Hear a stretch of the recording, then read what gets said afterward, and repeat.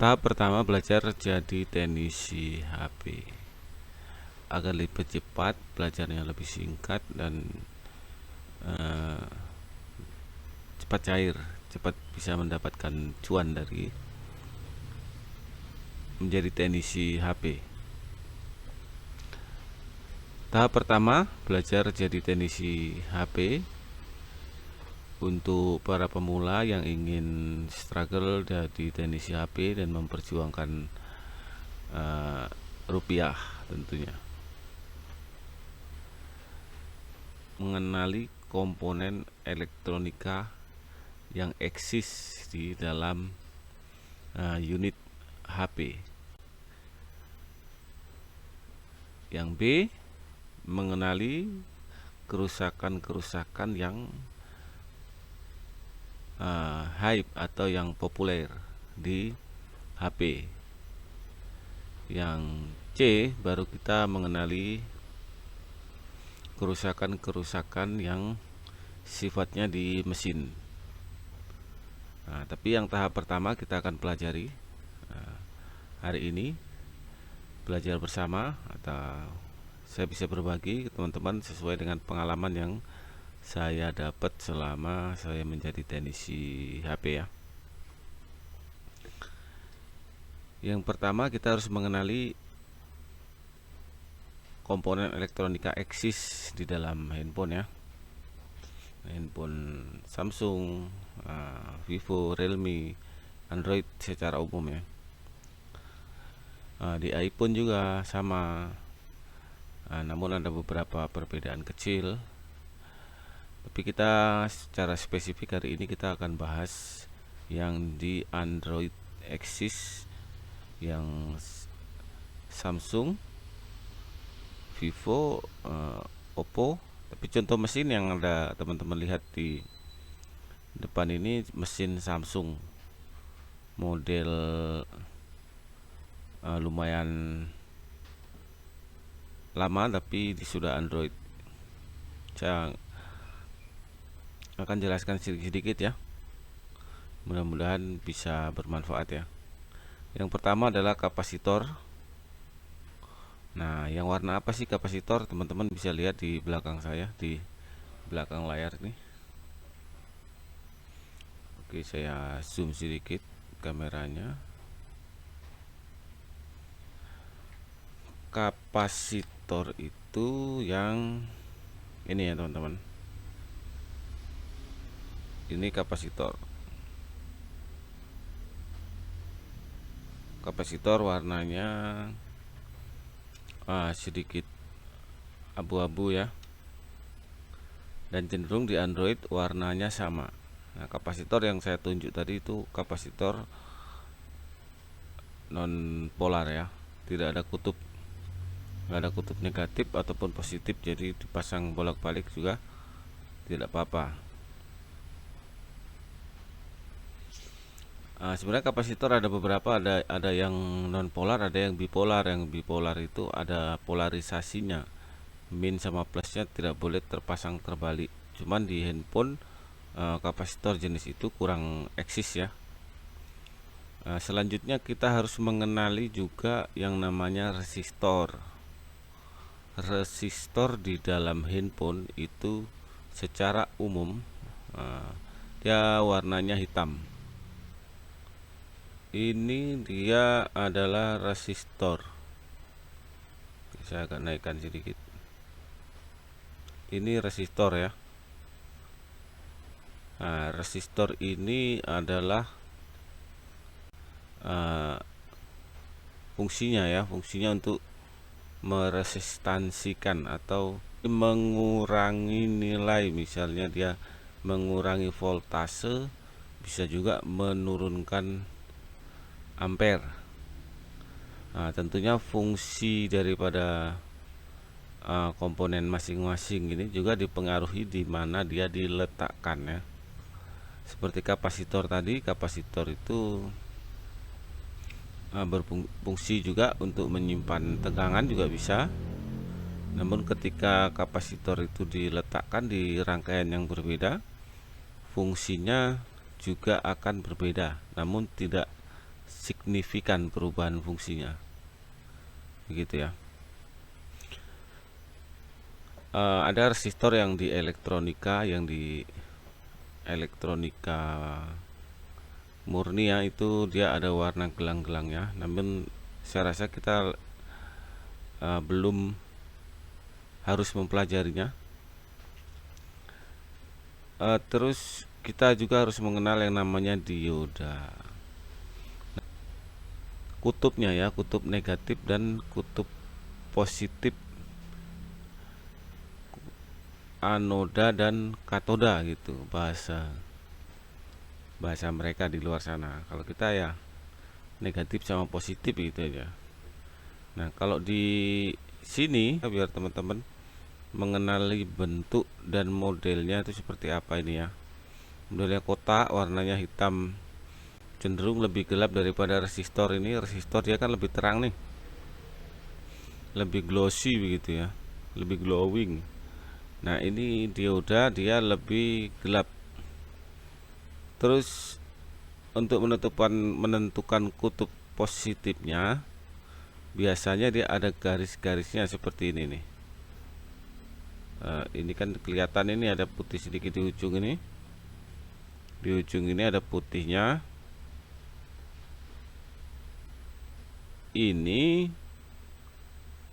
adalah kutub positifnya, sedangkan yang dibaliknya otomatis itu kutub negatif. Seperti itu ya. Oke, lalu setelah kita tahu dioda, kita ulangi ya. Ini ada kapasitor di sini, ada dioda di sini, ada resistor di sini. Ini resistor juga ini teman-teman, namun memiliki sedikit berbeda fungsi dengan resistor yang ini, karena ini sifatnya sudah ke resistor yang mampu, yang punya ilmu kanuragan lebih ya. Dia bisa untuk menginduksi tegangan. Ada lilitan kawat di dalamnya. Namun masih bisa juga dikategorikan resistor. Begitu ya. Memang resistor. Nah, terus dioda sudah, resistor sudah, kapasitor sudah. Kita lanjut ke IC. Sebelum IC kita cari tahu dulu fuse ya. Fuse di handphone itu biasanya ada di tegangan, ada di dalam baterai ya. Kenapa baterai sih kok pakai fuse begitu ya? Baterai itu kan agak sedikit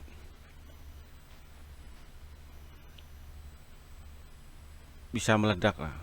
Ada beberapa kejadian di teman-teman teknisi juga kan ada yang meledak itu. Makanya ada fuse-nya. Tapi ya terkadang kita juga menjampernya langsung untuk cari cuan dengan cepat. Itu sebenarnya itu agak berbahaya. Tapi kembali lagi ke teman-teman teknisi maunya seperti apa. Ya, ini dia fuse yang ada di dalam modul baterai. Kodenya Q.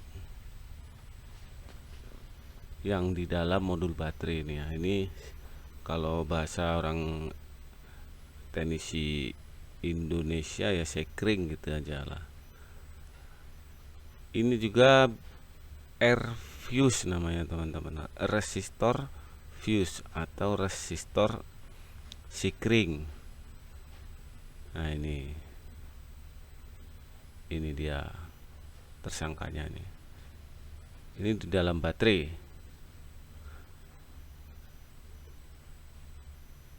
Di mesin-mesin lain, mesin-mesin elektronika juga banyak. Ini kodenya Q, ada yang kodenya F atau fuse, ada yang kodenya itu seperti lambang petir seperti itu. Oke, setelah fuse kita ke IC. Yang teman-teman lihat ini adalah IC power ya. IC power ini IC power ya. IC power ini di semua handphone ya, handphone merek apapun harus ada IC powernya, karena IC power ini yang mengeluarkan tegangan. Ada tegangan sebelum on dan ada tegangan setelah on. IC power ini seperti gini ya. Masuk tegangan 5 volt dari baterai, habis itu dia bagi, ada yang 1,8, ada yang 3,2, ada yang jadi 4,2, ada yang 0,8. Dia membagi-bagi tegangan melalui komponen yang ada di dalam IC itu ya, IC power itu ya. IC power itu apapun IC-nya itu adalah integrated circuit namanya. Jadi komponen-komponen yang kita pelajari tadi ada peran di dalam IC tersebut, ada di dalam IC tersebut, begitu. Ciri-ciri IC power kalau di handphone itu selalu dikelilingi oleh lilitan-lilitan.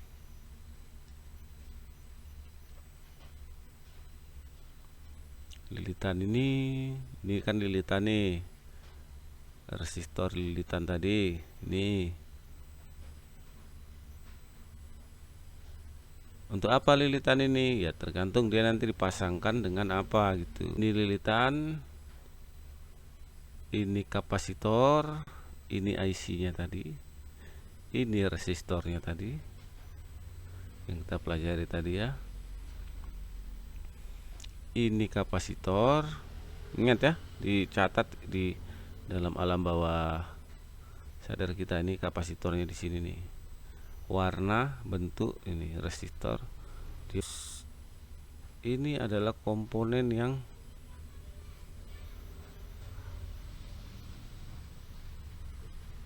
dinamakan transistor, tapi komponen ini eksis namun jarang sekali mengalami kerusakan di Android yang sekarang ini ya. Ini cukup tahu aja ya. Ini transistor nih, kakinya 3 seperti ini. Basis, kolektor, emitor. Nanti kalau teman-teman like, subscribe, nanti kita belajar juga ya mengenai transistor ya. Komponen-komponen lainnya tentunya. Oke, lanjut. Setelah IC dan fuse, kapasitor, resistor, fleksibel. Nah, kenapa ini juga penting? Karena kerusakan yang eksis atau hype di dunia handphone sekarang itu fleksibelnya sering rusak. Fleksibel on off, fleksibel LCD, fleksibel kamera. Fleksibel itu yang bentuknya seperti ini. Fleksibel on off itu fleksibel namanya teman-teman ya.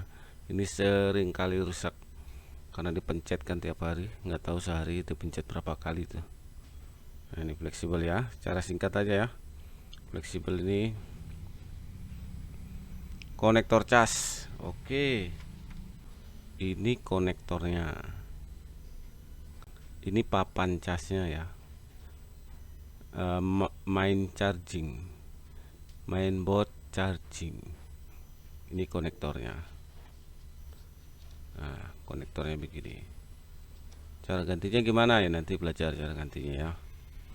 Nah, habis itu mic. Nah, ini mic itu ada, kalau di Android ada di sini nih, kelihatan ini. Ini mic bicara. Kalau yang terpisah itu ada mic video, ada mic bicara. Ini micnya. Ini ya. Ini mic. Konektor headset. Lupa lagi. Kamera. Wah. Nih kamera seperti ini ya teman-teman ya. Ini kamera di handphone. Terus apa lagi? Baterai. Sering rusak apanya? Sering rusak itu tadi, fuse-nya tadi. Di baterai. Baterai bengkak. Baterainya bengkak tuh. Ya, bisa jadi memang baterainya, bisa jadi mesinnya mengalami ampernya naik sehingga baterainya panas. Itu ada short kecil juga bisa juga. Terus yang terakhir LCD. Ini LCD bekas yang rusak. Ini fleksibel LCD. Yang ini fleksibelnya ini ya. Tuh. Oke, apalagi ya kira-kira ya? Ini ada mesin untuk iPhone juga.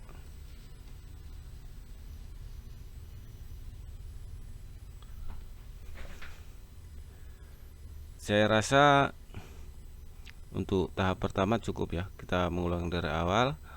Kapasitor, resistor, IC, fuse, fleksibel, konektor cas, mic, kamera, baterai, LCD. Yang paling sering mengalami kerusakan ya, apalagi LCD itu yang di poin 10 tadi. LCD itu sering rusak. Itu kita hanya membutuhkan beberapa alat untuk bisa menggantinya. Nah, setelah LCD urutan keduanya modul baterai atau fuse tadi. HP-nya sering mati-mati. Kalau sambil dicas dia normal dan lain sebagainya ya. Teman-teman, untuk tahap pertama itu dulu ya. Nanti kita sambung ke tahap kedua. Boleh subscribe, boleh komen. Nanti tahap kedua kita mengenali alat-alat. Kenapa setelah kita tahap pertama belajar dari teknisi itu mengenali komponen dulu. Habis itu kita mengenali alat apa saja yang kita bisa pakai untuk memperbaiki handphone yang rusak. Oke, salam dari Tio Nafiri. Mudah-mudahan bermanfaat. Terima kasih. Selamat menjadi teknisi handal yang amanah.